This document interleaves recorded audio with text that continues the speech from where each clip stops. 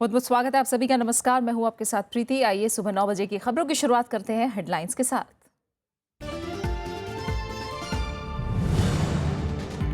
Helicopter निर्माण समेत भारत और फ्रांस की कंपनियों के बीच 16 करार। राष्ट्रपति ओलांद का रणनीतिक संबंध मजबूत करने पर जोर।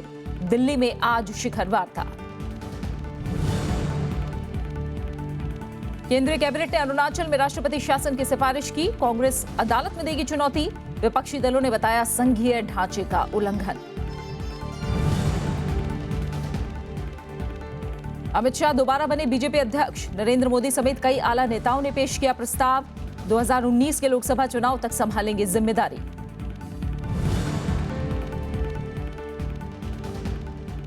अमेरिका का पाकिस्तान को आतंकवाद पर कड़ा संदेश। ओबामा ने कहा आतंकी नेटवर्क को ध्वस्त करने में दिखाए गंभीरता। भारत ने पठानकोट हमले के दिए ताजा सबूत।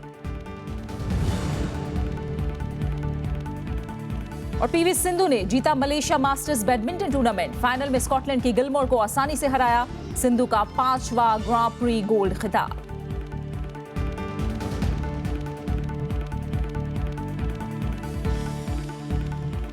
भारत और फ्रांस के बीच रविवार को 16 करार किए गए हैं, जिनमें हेलीकॉप्टर विनिर्माण और स्मार्ट शहर से जुड़े 3 करार भी शामिल हैं।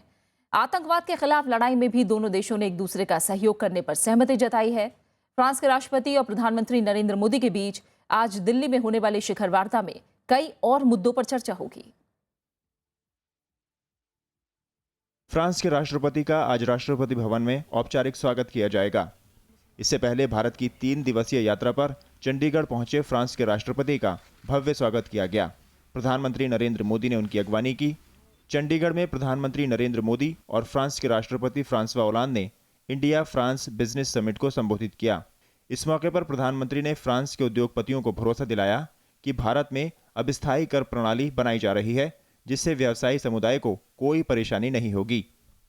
रिट्रोस्पेक्टिव टैक्स वो बीते हुए कल की बात हो चुकी है, ये मान के चलिए वो चैप्टर कभी खुलने वाला नहीं है। ये सरकार रहेगी तब भी नहीं खुलेगा, आने वाली कोई सरकार नहीं खोल पाएगी। इतनी व्यवस्था हम कर देंगे, मैं आपको भरोसा देता हूं। फ्रांस के राष्ट्रपति ओलांद ने भारत के साथ अपने संबंधों को अहम बताया। उन्होंने कहा कि वो इस यात्रा में 2 मुद्दों पर काम करेंगे। एक, रणनीतिक संबंधों को मजबूत करना और जलवायु परिवर्तन सम्मेलन में बनी सहमति को लागू करना। C'est de consolider le partenariat stratégique entre la France et l'Inde. Il a été conclu en 1998, mais il n'a cessé de se consolider depuis. आज दोनों नेता शिखर वार्ता में शामिल होंगे।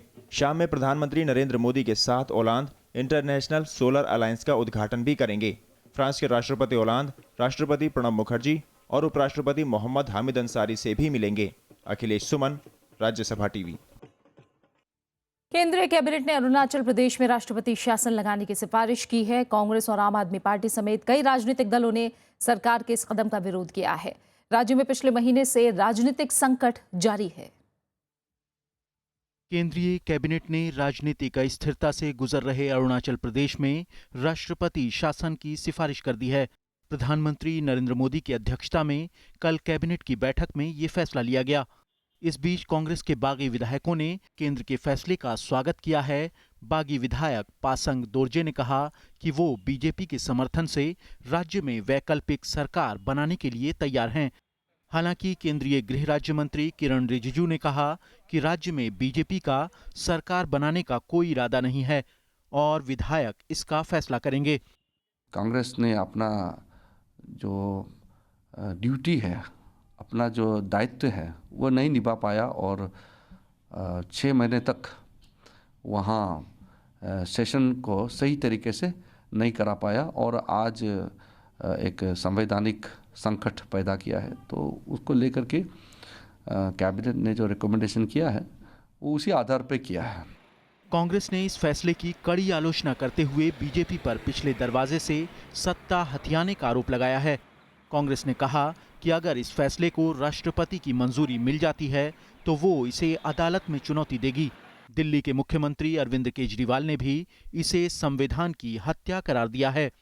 इससे गलत कदम शायद कोई सरकार उठा सकती थी, क्योंकि एक तरफ तो गवर्नर ने अपने आप को एम्बैरेस किया है और दूसरी तरफ ऐसा लगता है कि सरकार भी अपने आप को एम्बैरेस करना चाहती है। अरुणाचल प्रदेश में राजनीतिक अस्थिरता पिछले साल 16 दिसंबर को शुरू हुई, जब कांग्रेस के 21 बागी विधायकों ने बीजेपी के 11 और 2 निर्दलीय विधायकों के साथ एक सामुदायिक केंद्र में विधानसभा का सत्र आयोजित किया। इसमें विधानसभा अध्यक्ष नबाम रेबिया पर महाभियोग चलाया गया। विधानसभा अध्यक्ष ने इस कदम को अवैध और असंवैधानिक बताया था। इसके बाद गुवाहाटी हाईकोर्ट ने समय से पहले सत्र बुलाने को असंवैधानिक बताया और बागियों की ओर से विधानसभा सत्र में लिए गए फैसलों पर रोक लगा दी। इस वक्त मामला सुप्रीम कोर्ट की संवैधानिक पीठ के सामने विचाराधीन है। रविंद्र सिंह श्योराण, राज्यसभा टीवी। अमित शाह रविवार को निर्विरोध बीजेपी अध्यक्ष चुन लिए गए। अमित शाह के नाम का प्रस्ताव प्रधानमंत्री नरेंद्र मोदी, गृहमंत्री राजनाथ सिंह समेत बीजेपी शासित राज्यों के मुख्यमंत्रियों और शीर्ष नेताओं ने रखा, जिसे सर्वसम्मति से मान लिया गया। उनका यह कार्यकाल 3 साल का होगा। बीजेपी की कमान एक बार फिर अमित शाह को सौंप दी गई है। रविवार को इससे जुड़ी चुनाव प्रक्रिया पूरी हो गई। इसके बाद दिल्ली स्थित पार्टी मुख्यालय पर अमित शाह के निर्विरोध पार्टी अध्यक्ष बनने का ऐलान कर दिया गया। हालांकि 28 जनवरी को इस फैसले पर औपचारिक मुहर लगाने के लिए पार्टी संसदीय बोर्ड की बैठक होगी। मैं अविनाश राय खन्ना राष्ट्रीय चुनाव अधिकारी श्री अमित शाह जी को सर्वसम्मति से राष्ट्रीय अध्यक्ष घोषित करता हूं। इससे पहले अमित शाह के पक्ष में 17 नामांकन दाखिल किए गए। प्रधानमंत्री नरेंद्र मोदी और गृह मंत्री राजनाथ सिंह समेत बीजेपी शासित राज्यों के मुख्यमंत्रियों, कई केंद्रीय मंत्रियों ने अमित शाह के नाम का समर्थन किया। इस मौके पर पार्टी के प्रदेश अध्यक्षों और बड़ी तादाद में कार्यकर्ताओं ने शिरकत की। हालांकि वरिष्ठ नेता लालकृष्ण आडवाणी और मुरली मनोहर जोशी इस दौरान मौजूद नहीं थे। मैं समझता हूं एक ही नामांकन पत्र अमित शाह जी का केवल आया, तो उसके पीछे सबसे बड़ा कारण यह था कि पार्टी में एक आम सहमति थी। मुझे पूरा विश्वास है श्री अमित शाह के नेतृत्व में भारतीय जनता पार्टी शानदार सफलता हासिल करेगी। अमित शाह का ये पहला पूरा कार्यकाल होगा। 2014 के लोकसभा चुनाव के बाद राजनाथ सिंह ने गृह मंत्री बन जाने की वजह से अमित शाह को पार्टी की कमान सौंपी थी। अब उनका कार्यकाल 2029 तक है। प्रणव गोस्वामी, राज्यसभा टीवी, दिल्ली। जेडीयू अध्यक्ष शरद यादव ने कहा है कि शिक्षा और नौकरियों में आरक्षण की समीक्षा की कोई जरूरत नहीं है। उनका ये बयान लोकसभा अध्यक्ष के उस बयान के बाद आया है जिसमें उन्होंने आरक्षण की समीक्षा करने की बात कही थी। गुजरात के गांधीनगर में पीठासीन अधिकारियों के सम्मेलन में लोकसभा अध्यक्ष सुमित्रा महाजन ने बाबा साहब भीमराव अंबेडकर का हवाला देते हुए जाति आधारित आरक्षण पर फिर से विचार करने की बात कही थी। कांग्रेस और आरजेडी ने भी आरक्षण की समीक्षा के बयान को खारिज किया है। हर 10 साल के बाद पार्लियामेंट में इसकी समीक्षा मुझे नहीं मालूम कौन से रिव्यू या कौन सी समीक्षा और कौन सी संस्था से या कौन सी बॉडी से कराना चाहिए। Parliament is the highest body. अगर उसमें हर 10 साल जब चर्चा होती है उसके बाद एक्सटेंशन मिलता है तो उससे ज्यादा और कौन सी समीक्षा या रिव्यू हो सकता है। बहुत सैड है, दुखद है और इसे कोई भी स्वीकार नहीं करेगा। संवैधानिक पदों पर बैठे हुए लोगों को इस तरह का सलाहियत देने का स्थान नहीं है। पार्लियामेंट होता तो उसमें बोलती और पार्टी बुला के पूछती। हैदराबाद विश्वविद्यालय के वीसी अप्पा राव रविवार को अनिश्चितकालीन छुट्टी पर चले गए हैं। उनकी जगह सीनियर प्रोफेसर विपिन श्रीवास्तव काम संभालेंगे। छात्रों ने इसका विरोध किया है। कांग्रेस ने मामले को संसद में उठाने की बात कही है। पीएचडी छात्र रोहित वेमुला की खुदकुशी के बाद से लगातार विरोध प्रदर्शन जारी है। एनएसयूआई आज देश के कई शहरों में 1 दिवसीय भूख हड़ताल का आयोजन कर रही है। रविवार को हैदराबाद विश्वविद्यालय की वेबसाइट में वाइस चांसलर अप्पा राव के छुट्टी पर जाने और उनकी जगह विपिन श्रीवास्तव को कार्यभार सौंपने की जानकारी दी गई, लेकिन इससे प्रदर्शन कर रहे छात्र शांत होने की जगह भड़क गए। छात्रों का आरोप है कि जिस समिति ने रोहित और 4 अन्य छात्रों पर कार्रवाई की सिफारिश की थी, विपिन श्रीवास्तव उसके प्रमुख थे। Well, the Vice Chancellor has gone on leave for personal reasons, and according to statutes, the senior-most professor takes over as Vice Chancellor, and so I'm officiating until Professor Appa Rao comes back. Hyderabad विश्वविद्यालय के आंदोलन कर रहे छात्रों के समर्थन में देश भर में विरोध प्रदर्शन रविवार को भी जारी रहे। छात्रों के संयुक्त कार्रवाई समिति ने आज हैदराबाद केंद्रीय विश्वविद्यालय चलो का आह्वान किया है। कांग्रेस और अन्य विपक्षी दलों ने छात्रों की मांगों का समर्थन किया है। रविवार को हैदराबाद पहुंचे लोकसभा में कांग्रेस नेता मल्लिकार्जुन खड़गे ने कहा कि वो रोहित वेमुला की खुदकुशी के मामले को संसद में उठाएंगे।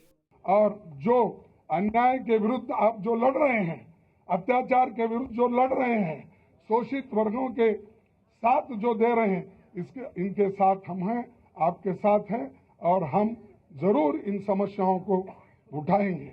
इधर रविवार को 7 नए छात्र भूख हड़ताल पर बैठ गए। इससे पहले भूख हड़ताल पर बैठे 7 छात्रों को तबीयत खराब होने पर शनिवार को अस्पताल में भर्ती कराया गया था। छात्र कुलपति के अलावा केंद्रीय मंत्री स्मृति ईरानी और बंडारू दत्तात्रेय को हटाने की मांग कर रहे हैं। युवा कांग्रेस कार्यकर्ता आज सभी राज्यों की राजधानियों में इस मुद्दे को लेकर प्रदर्शन करेंगे। Bureau report, Rajya Sabha TV. Tamil Nadu के विल्लुपुरम में 3 छात्राओं की कथित आत्महत्या के बाद एसवीएस कॉलेज को सील कर दिया गया है। साथ ही पुलिस ने पूछताछ के लिए 4 लोगों को हिरासत में भी लिया है। साथ ही छात्राओं और मृतक छात्राओं के परिजनों ने रविवार को कॉलेज प्रशासन के खिलाफ प्रदर्शन किया। एमडीएमके, पीएमके और सीपीआई समेत तमाम विपक्षी दलों ने कॉलेज के खिलाफ कड़ी कार्रवाई की मांग की है। विल्लुपुरम में एसवीएस योगा मेडिकल कॉलेज की 3 छात्राओं ने शनिवार को कथित तौर से कुएं में कूदकर जान दे दी थी। खबरों के मुताबिक खुदकुशी करने से पहले छात्राओं ने एक सुसाइड नोट भी लिखा। इसमें कॉलेज प्रशासन पर फीस बढ़ोतरी और प्रताड़ना का आरोप लगाने के साथ छात्राओं ने कॉलेज चेयरमैन वासुकी सुब्रमण्यम को भी अपनी मौत के लिए जिम्मेदार ठहराया है। ये लोग का कुछ मैनेजमेंट का ये कंट्रोल ठीक नहीं है और मेस वगैरह हॉस्टल कोई ठीक नहीं है। जबरदस्ती ये लोग गुंडागर्दी कर रहा है। आईएसआईएस के बारे में युवकों को प्रभावित करने के लिए इस्तेमाल की जाने वाली 94 वेबसाइटों को ब्लॉक कर दिया गया है। महाराष्ट्र एंटी टेररिज्म स्क्वाड यानी एटीएस ने ऐसी 94 वेबसाइटों को ब्लॉक कर दिया है जिनके जरिए नौजवानों को कट्टर विचारधारा की तरफ धकेलने का शक है। राष्ट्रीय जांच एजेंसी ने देश भर से आईएस से संबंधों को लेकर करीब 2 दर्जन संदिग्धों को पकड़ा है, जिसमें मुंबई से सटे मुंब्रा का मुदाबिर शेख भी है। मुंब्रा के अमृतनगर से गिरफ्तार मुदाबिर पर इस्लामिक स्टेट के लिए देश भर से युवकों की भर्ती करने और फंडिंग करने का शक है। मुंबई और आसपास के इलाकों से एनआईए ने कुछ और युवकों को भी पकड़ा है। महाराष्ट्र के आतंकवाद निरोधक दस्ते ने स्वीकार किया कि करीब 1 दर्जन राज्यों में आईएस का असर है। आईएस के प्रभाव का मुकाबला करने के लिए एटीएस ने ऑनलाइन रणनीति का इस्तेमाल करने का फैसला किया है। महाराष्ट्र एटीएस के प्रमुख विवेक फंसालकर ने बताया कि एटीएस एक वेबसाइट लॉन्च करने की योजना बना रही है। इसका इस्तेमाल कट्टरपंथियों के खिलाफ समाज में जागरूकता फैलाने के लिए किया जाएगा। गणतंत्र दिवस से पहले एनआईए और दूसरी सुरक्षा एजेंसियां देश के अलग अलग शहरों में आईएस से जुड़े संदिग्धों को खोजने में जुटी हैं। राष्ट्रपति प्रणब मुखर्जी ने कर विवादों से निपटने के लिए इनोवेशन सिस्टम बनाने की बात कही है। कारोबार सुगमता में भारत की रैंकिंग सुधारने पर जोर देते हुए राष्ट्रपति ने कहा कि कर विवाद के बढ़ते मामलों और इसमें शामिल राशि को देखते हुए नवोन्मेषी कर मुकदमों की प्रबंधन प्रणाली की आवश्यकता है। राष्ट्रपति का मानना है कि इससे देश में विकास की संभावना बढ़ेगी। आयकर अपीलीट ट्रिब्यूनल के प्लैटिनम जुबली कार्यक्रम का दिल्ली में उद्घाटन करते हुए उन्होंने कहा कि पिछले कुछ सालों में प्रत्यक्ष कर से जुड़े मामलों में भारी बढ़ोतरी हुई है। राष्ट्रपति का कहना है कि प्रत्यक्ष कर और करदाताओं की संख्या कई गुना बढ़ी है, जिससे कर विवाद निपटान प्रणाली पर दबाव बढ़ा है। राष्ट्रपति ने कहा कि विवादों के निपटान के लिए विशेष प्रकार के अलग अलग कौशल की जरूरत होगी। विश्व बैंक समूह 2016 की रिपोर्ट के मुताबिक भारत कारोबार सुगमता में 130वें स्थान पर है। राष्ट्रपति का कहना है कि स्थिति में सुधार होना चाहिए। The total direct taxes amount for expected, it is an estimate 7.98 lakh crores of rupees. This indicates the rising income tax and importance of the direct taxation in our economy. फिलहाल एक छोटे से ब्रेक के लिए रुक रहे हैं, जल्द वापस लौटेंगे।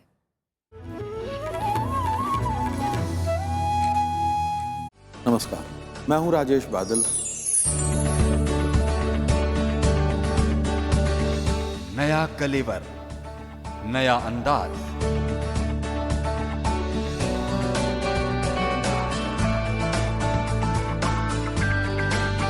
राज्यसभा टेलीविजन के खास प्रोग्राम विरासत में आपका स्वागत है। नए रूप में विरासत का आगाज।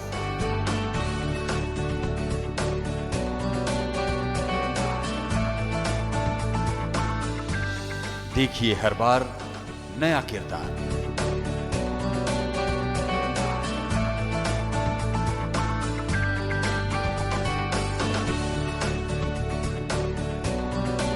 उनकी नजर उनका शहर के बाद विरासत का इंद्रधनुषी संसार सिर्फ राज्यसभा टीवी पर।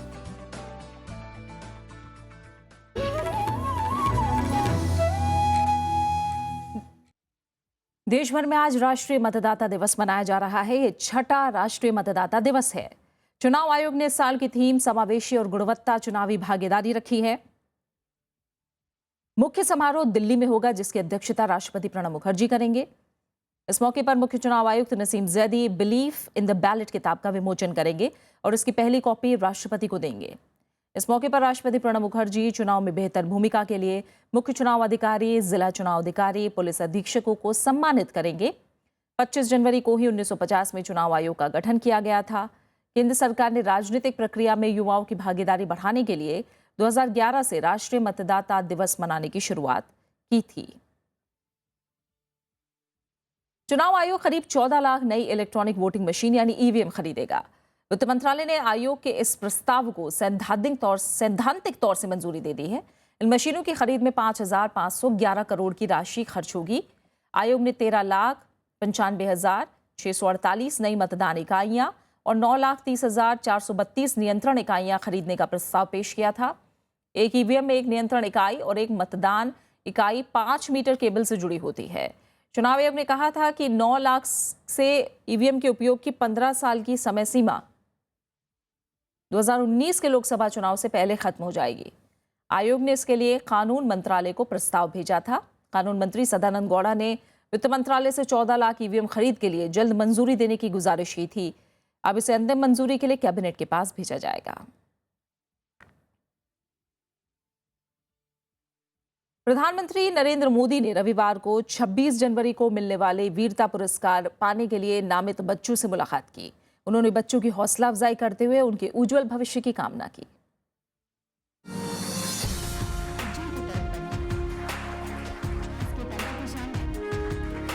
ये वो बच्चे हैं जिन्होंने बहादुरी की मिसाल पेश की है। इन बच्चों ने खुद की परवाह न करते हुए दूसरों की रक्षा की। प्रधानमंत्री निवास 7 रेस कोर्स में आयोजित कार्यक्रम में नरेंद्र मोदी ने इन बहादुर बच्चों की हौसला अफजाई की। प्रधानमंत्री ने बच्चों को बहादुरी सम्मान से सम्मानित करते हुए कहा कि हिम्मत की ये मिसाल सभी के लिए प्रेरणा का स्रोत है। उन्होंने बहादुर बच्चों के उज्जवल भविष्य की कामना की। ये वो बालक हैं जिन्होंने उस प्रकार की बातों को कर दिखाया है। लेकिन व्यक्ति के जीवन में साहसी स्वभाव बनना चाहिए। अगर साहसी स्वभाव नहीं बनता है, साहस सिर्फ एक घटना रह जाती है, तो फिर समाज जीवन में जिस प्रकार के लोगों की जरूरत होती है उसकी कमी महसूस होती है। इस साल गणतंत्र दिवस पर 25 बच्चों को बहादुरी के लिए राष्ट्रीय सम्मान दिया जाएगा। 2 बच्चों को ये सम्मान मरणोपरांत मिल रहा है। इनके घर वालों को अपने बच्चों पर नाज तो है, लेकिन उन्हें खोने का दर्द भी साफ झलकता है। राष्ट्रीय पुरस्कार पाने वाले बच्चे 26 जनवरी को राजपथ पर होने वाली परेड की शोभा बढ़ाते हैं। सरकार इन बच्चों को मेडल के साथ पढ़ाई के लिए आर्थिक मदद भी मुहैया कराती है। Bureau report, Rajya Sabha TV. आतंकवाद को धर्म के साथ नहीं जोड़ना चाहिए, ये कहना है विदेश मंत्री सुषमा स्वराज का। मनामा में अरब भारत सहयोग मंच की पहली मंत्री स्तरीय बैठक में विदेश मंत्री ने आतंक के खिलाफ भारत और अरब देशों से एकजुट होने का आह्वान किया है। बहरीन की राजधानी मनामा में अरब भारत सहयोग मंच की पहली मंत्री स्तरीय बैठक में विदेश मंत्री सुषमा स्वराज ने धर्म को आतंकवाद से अलग करने की वकालत की। उन्होंने कहा कि दोनों में फर्क सिर्फ इंसानियत में विश्वास रखने वालों और विश्वास न रखने वालों का है। उन्होंने मंच को अरब जगत के साथ भारत के संबंधों में नया मोड़ बताया।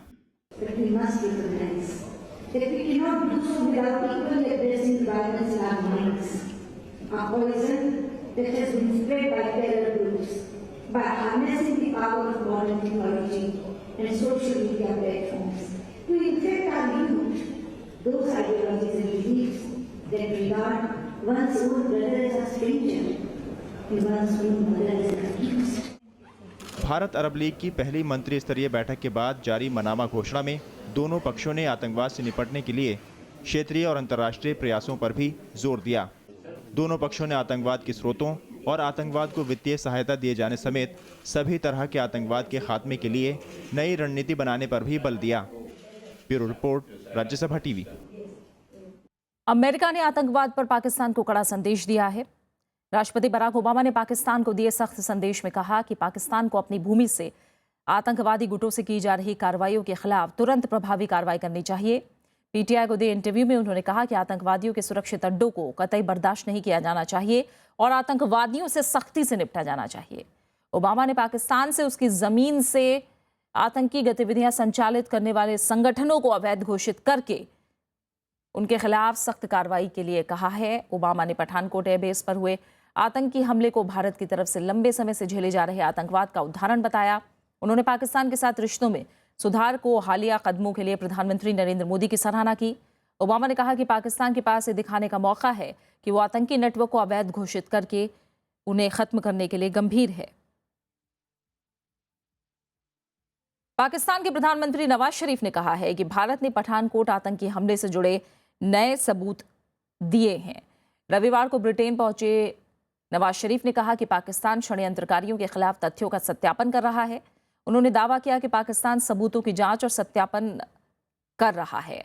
एक बार ये काम पूरा हो जाएगा तो तथ्यों को आगे बढ़ाया जाएगा। नवाज शरीफ ने दावा किया कि पाकिस्तान ने एक विशेष जांच दल बनाया है जो सबूत इकट्ठा करने के लिए भारत आएगा। उन्होंने उम्मीद जताई कि अपराधी जल्द न्याय के कटघरे में होंगे। भारत और पाकिस्तान के बीच अगले महीने विदेश सचिव स्तर की वार्ता हो सकती है। दोनों देश वार्ता की तारीखों को अंतिम रूप देने के लिए एक दूसरे से संपर्क में हैं। पाकिस्तान के विदेश मंत्रालय के एक वरिष्ठ अधिकारी की तरफ से बयान आया है। उनके मुताबिक बातचीत के मुद्दे पर दोनों पक्ष संपर्क में हैं और आपसी सहमति के बाद तारीखों का ऐलान किया जाएगा। इस्लामाबाद में बीते 15 जनवरी को ही भारत पाक विदेश सचिव स्तर की बातचीत होनी थी, लेकिन पठानकोट आतंकवादी हमले के मद्देनजर दोनों देशों ने आपसी सहमति से बातचीत टालने का फैसला किया था। नेपाल में मधेसियों ने संसद में पारित संविधान संशोधन विधेयक को अधूरा बताते हुए इसे खारिज कर दिया है। मधेसियों का कहना है कि इससे संघीय पुनर्सीमांकन को लेकर उनकी चिंताओं का समाधान नहीं किया गया है। शनिवार को नेपाल की संसद ने देश के नए संविधान में 2 संशोधन करने के प्रस्ताव को 2/3 बहुमत से पारित किया था। संशोधन के जरिए संविधान के अनुच्छेद 42, 84 और 286 में बदलाव किया गया। संशोधन के जरिए समानुपातिक प्रतिनिधित्व और आबादी के लिहाज से सीट आवंटन की मधेसियों की मांग को पूरा करने की कोशिश की गई थी। मधेसी राजनीति में आबादी के लिहाज से भागीदारी की मांग को लेकर बीते कई महीनों से आंदोलन कर रहे हैं। महीनों से चल रहे मधेसियों के आंदोलन में अब तक 55 लोगों की मौत हो चुकी है। बात मौसम की। राजधानी दिल्ली समेत पूरे उत्तर भारत में कड़ाके की ठंड से आम जनजीवन पर खासा असर पड़ा है। जम्मू में रविवार को न्यूनतम तापमान 0.5 डिग्री सेल्सियस तक लुढ़क गया, जबकि करगिल में न्यूनतम तापमान 0 से नीचे 14.6 डिग्री सेल्सियस तक दर्ज किया गया। वहीं कोलकाता में 11.4 डिग्री सेल्सियस तापमान के साथ इस मौसम का सबसे सर्द दिन रिकॉर्ड किया गया। पंजाब और हरियाणा में भी शीतलहर का प्रकोप जारी है। घने कोहरे की वजह से रेल और हवाई सेवाओं पर असर पड़ रहा है। रविवार को दिल्ली आने वाली राजधानी और शताब्दी समेत 50 ट्रेनों को रद्द कर दिया गया। कई उड़ानों पर भी कोहरे का असर पड़ा है। अमेरिका समेत दुनिया के कई हिस्सों में ठंड कहर बरपा रही है। अमेरिका में बर्फीले तूफान ने 28 लोगों की जान ले ली। यहां खराब मौसम के चलते कई राज्यों में आपातकाल लगा है। 9000 उड़ानें रद्द करनी पड़ी। लोगों को घरों में रहने के लिए कहा गया है। बावजूद इसके कई जगह लोग बर्फबारी का जमकर लुत्फ उठाते भी दिख रहे हैं। बर्फीला तूफान गुजरने के बाद अमेरिका में अब राहत और बचाव काम चल रहा है। वॉशिंगटन डीसी समेत कई शहरों में 2 से 2.5 फीट तक बर्फबारी हुई है। राहत कर्मी सड़कों से बर्फ हटा रहे हैं ताकि लोगों की मुश्किलें कम की जा सकें। हालांकि तूफान थम गया है, लेकिन कई जगह अब भी आपातकाल लागू है। करीब 4 दिनों तक घरों में कैद रहने के बाद लोग बाहर निकले तो उनकी खुशी का ठिकाना नहीं था। We all gifted to each other for Halloween, and so we decided that it'd be a good idea to bring to the snowball fight. Yeah. Because, you know what? Zoo animals on the loose, nothing more dangerous than that. Oh my God! तूफान भारी तबाही मचाकर गया है। कई लोगों की मौत हुई है, जबकि लाखों लोगों को खाने पीने की किल्लत का सामना करना पड़ रहा है। करीब 9,000 उड़ानें रद्द होने की वजह से यात्री जगह जगह फंसे हैं। यहाँ सड़क और हवाई यातायात सुचारू करने में अभी वक्त लगेगा। No flights at Reagan National or at Dulles International today. We're going to continue to work to clear the runways. We'll reevaluate the conditions, both of the runways and the rest of the roadways and parking lots as the day goes on. दुनिया के दूसरे कई हिस्सों में भी ठंड शबाब पर है। चीन, दक्षिण कोरिया, क्यूबा और हांगकांग में शीतलहर ने जनजीवन पर असर डाला है।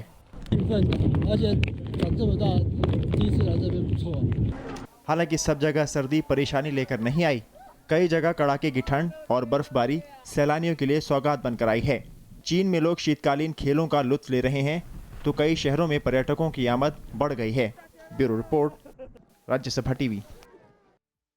अमेरिका के अलास्का राज्य के दक्षिण तट पर रविवार को भूकंप के तगड़े झटके महसूस किए गए। अमेरिकी भूगर्भीय सर्वेक्षण ने बताया कि पेड्रो खाड़ी से 50 किलोमीटर दक्षिण पूर्व में 7.3 तीव्रता का भूकंप आया। भूकंप का केंद्र जमीन से 124.8 किलोमीटर की गहराई में था। फिलहाल जानमाल के नुकसान की खबर नहीं है। प्रशांत सुनामी चेतावनी केंद्र ने कहा कि भूकंप की वजह से सुनामी का कोई खतरा नहीं है। बात करते हैं खेलों की दुनिया की। भारतीय बैडमिंटन खिलाड़ी पीवी सिंधु ने मलेशिया मास्टर्स ग्रां प्री गोल्ड बैडमिंटन टूर्नामेंट का खिताब जीत लिया है। विश्व चैंपियनशिप में 2 बार कांस्य पदक जीतने वाले सिंधु ने नए सत्र में शानदार शुरुआत की।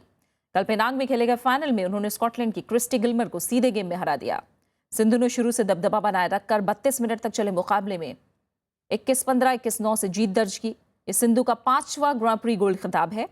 वहीं सिंधु का ये मलेशिया मास्टर्स ग्रां प्री गोल्ड में दूसरा खिताब है।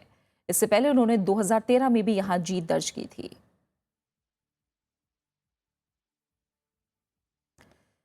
ऑस्ट्रेलियन ओपन में विश्व नंबर 1 टेनिस खिलाड़ी नोवाक जोकोविच की जीत का सिलसिला जारी है। जोकोविच ने पुरुष एकल के प्री क्वार्टर फाइनल में फ्रांस के गायल सिमोन को हराया। क्वार्टर फाइनल में उनका सामना जापान के केई निशिकोरी से होगा, जो फ्रांस के जो विल्फ्रेड सोंगा को सीधे सेटों में हराकर क्वार्टर फाइनल में पहुंचे हैं। वहीं एक दूसरे मुकाबले में स्विट्जरलैंड के रॉजर फेडरल ने बेल्जियम के डेविड गॉफिन को सीधे सेटों में हराया। क्वार्टर फाइनल में फेडरर की टक्कर थॉमस बर्डिच से होगी।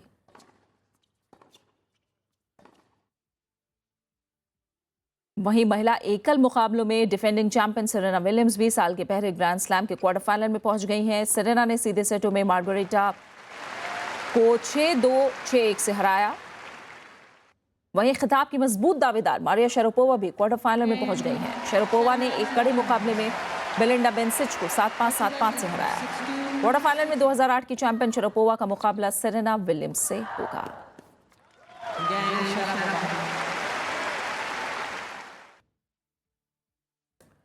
और आखिर में एक नजर हेडलाइंस पर।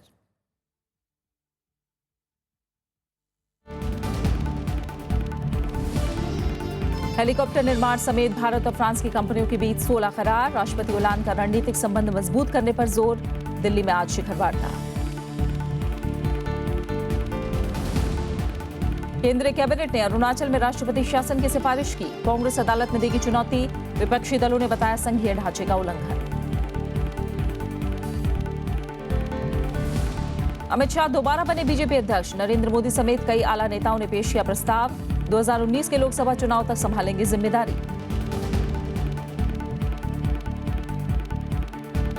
अमेरिका का पाकिस्तान को आतंकवाद पर कड़ा संदेश। ओबामा ने कहा आतंकी नेटवर्क को ध्वस्त करने में दिखाए गंभीरता। भारत ने पठानकोट हमले के दिए ताजा सबूत।